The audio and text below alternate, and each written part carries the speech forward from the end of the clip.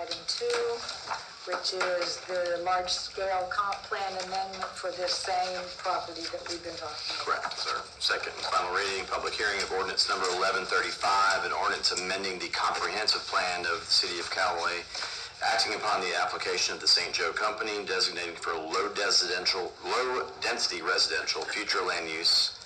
Oh, so that's the first sentence. I already, 8 more to go.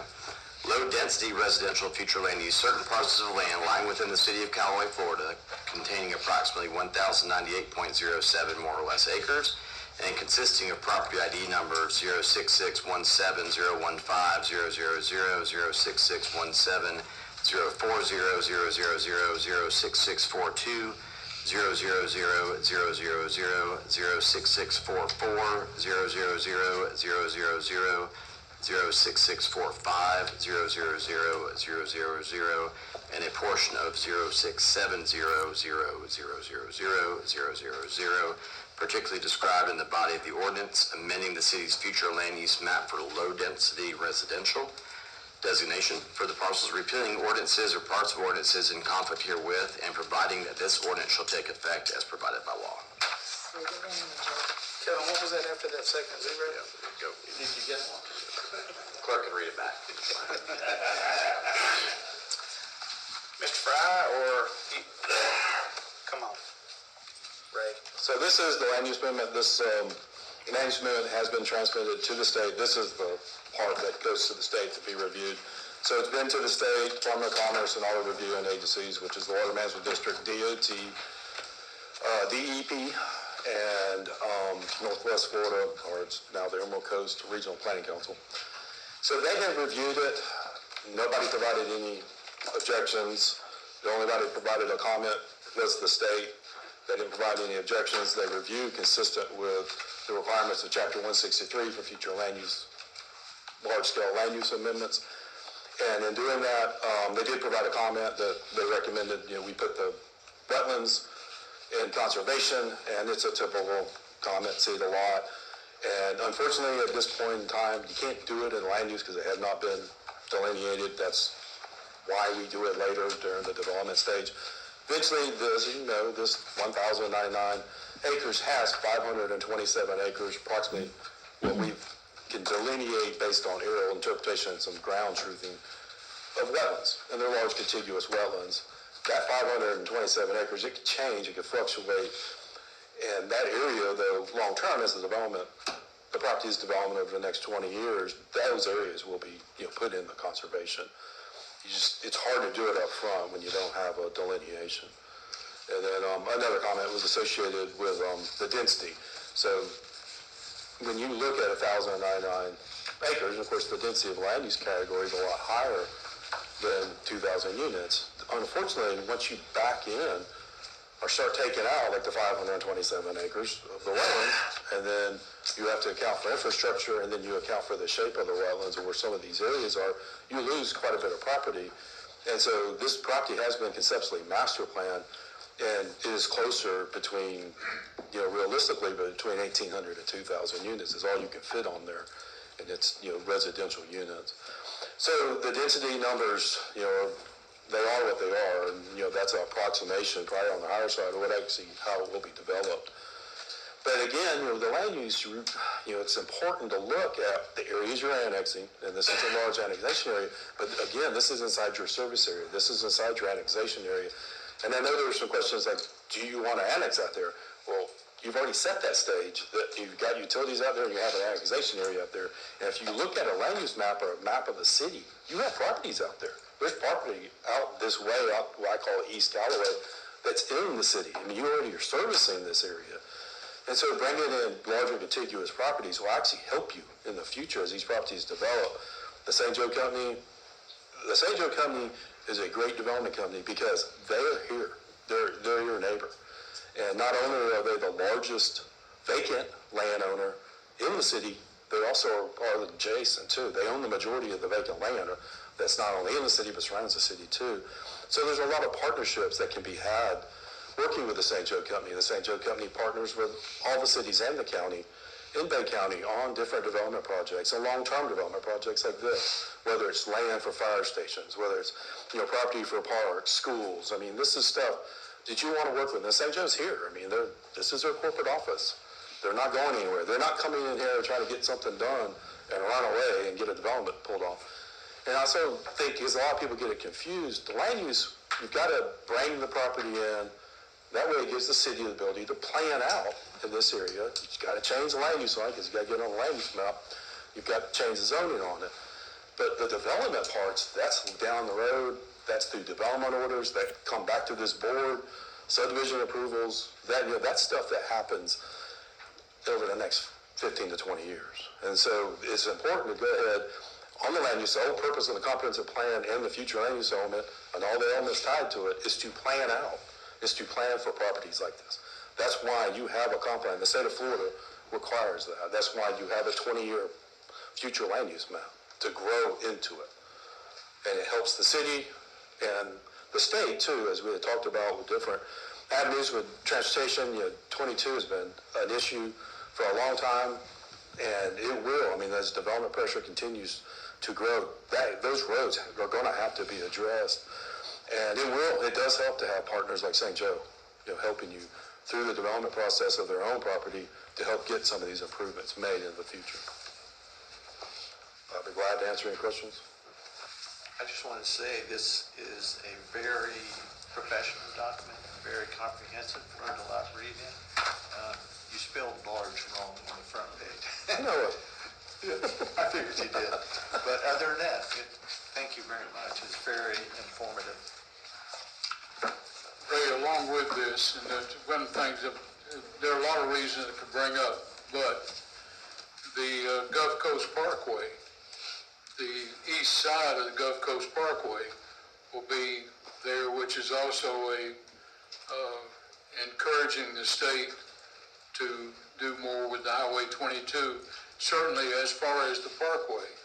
So there are so many pluses out here that it's it's all the pieces are going to start to fit as we go through the process. Yeah, Tram Road was the first part of the Gulf Coast Parkway, as you all know. That was the state's, the DOT, the Florida DOT paid for that. And there's a whole, other route that the cities and the Bay County have approved. The route that goes through 22, crosses 22, and Tram Road will actually intersect, and they'll come up and cross 231 long term. And again, that's something that they're planning way out. It's a long-term plan. But that is, one of the things DOT is going to begin doing is start leveraging federal funds to help build that into the future. That's the key, the funding. Mm-hmm. And I'm going to get a little bit sidetracked here, but to give you an example, the Malfunction Junction, which is Highway 231 and 15th Street and 98 and all that down there. Yes. The planning for that, which is going to be taking place in the next year or two, the planning for that was 2005. Mm-hmm. And the funding was starting in 2005 to at least come up with the funding there. And the same thing is going to be happening here as the projects progress and all. So I can go on and I should just be quiet. Anybody else up here have anything? Hey, Ray. Yes. If approved, when are they looking to start phase one? I honestly don't know. I don't know. Like 5 years down the road? Yeah, I would say that they would begin within the next 5 years. Just because the city of Callaway, there's a tremendous amount of growth and need in these areas for additional homes. And, they're actually providing a lot of homes for Tyndall, too. And for the Tyndall families and for the families that have moved here. Bay County has seen a tremendous amount of growth, as y'all know, since the hurricane, since 2018. Yeah. Free Charter sold out instantly. And I think Park Place is probably... Well, it'll be when all the rest of Park Place that they already have in the city is platted and sold off, it'll just be a continuation of that. And they're only on phase 3 right now, I think, or 3A or something. They're selling like hotcakes.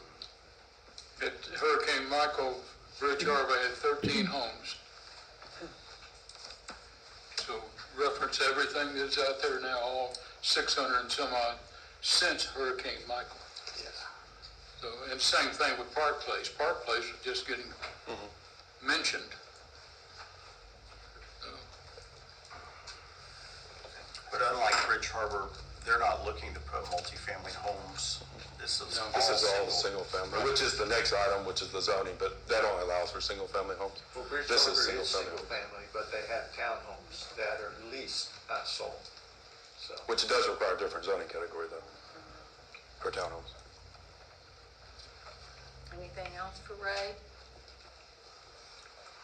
Thanks. Thank you.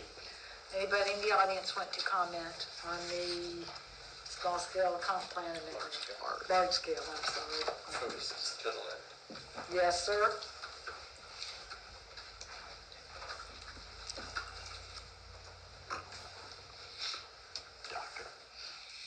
Paul Bohat, 7010 Mike Lane. My comment is more directed towards him regarding the information on wetlands. According to the document that he prepared, it said that wetlands will be preserved for open spaces. To what extent is that likely to happen, since there's approximately 500 and some odd acres that constitute the wetland in that total acreage? How much of that do you think will actually be preserved as open spaces? Conservation. And I know you've looked at the package. If you look at an aerial, a lot of that property was timbered. Of course, a lot of stuff was timbered, laid down after Hurricane Michael, but you can clearly see the wetland areas. Yes. And so those large tracts of wetland areas are going to remain. And, you know, there are approximately, we had a wetland biologist. Analysis, yeah. That she analyzed those wetlands. And I hadn't been field delineated, we hadn't surveyed them in yet. That will happen at a different day. But right now, they're 527. And to say right now, whatever that number is, they're going to, other than road crossings through some of the smaller fingers up in the top, that big wetland area is going to remain. It'll be well over 500 acres. And the only reason why I ask that is because I think that needs to be an essential part of that whole area. It's essential to the concept of Florida.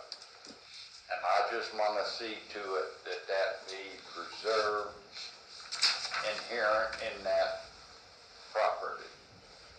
As a native Floridian, I like to see Florida remain natural as much as possible. That's all I wanted to know. And it will, and we'll come back. For instance, the sector plan, St. Joe has the Bay County, the Bay Walton sector plan, it's 110,000 acres.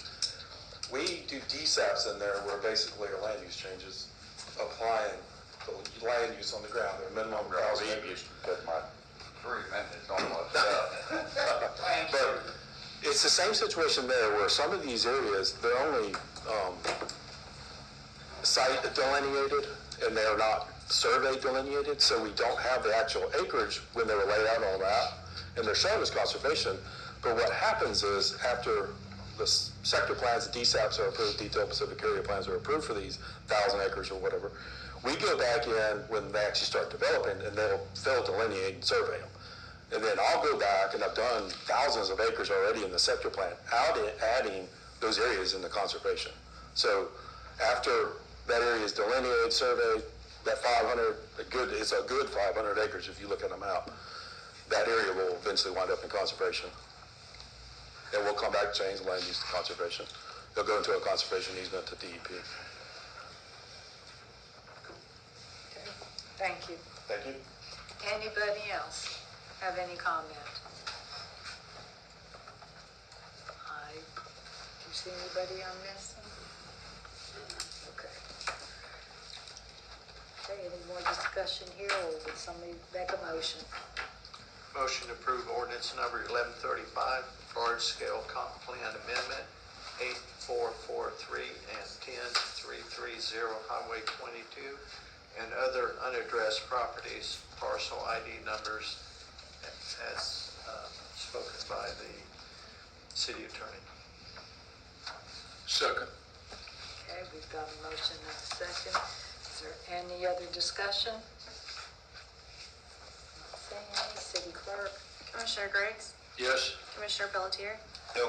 Commissioner Ayers? Yes, ma'am. Commissioner Birdsell? Yes. And Mayor Henderson. Yes. Okay, we'll go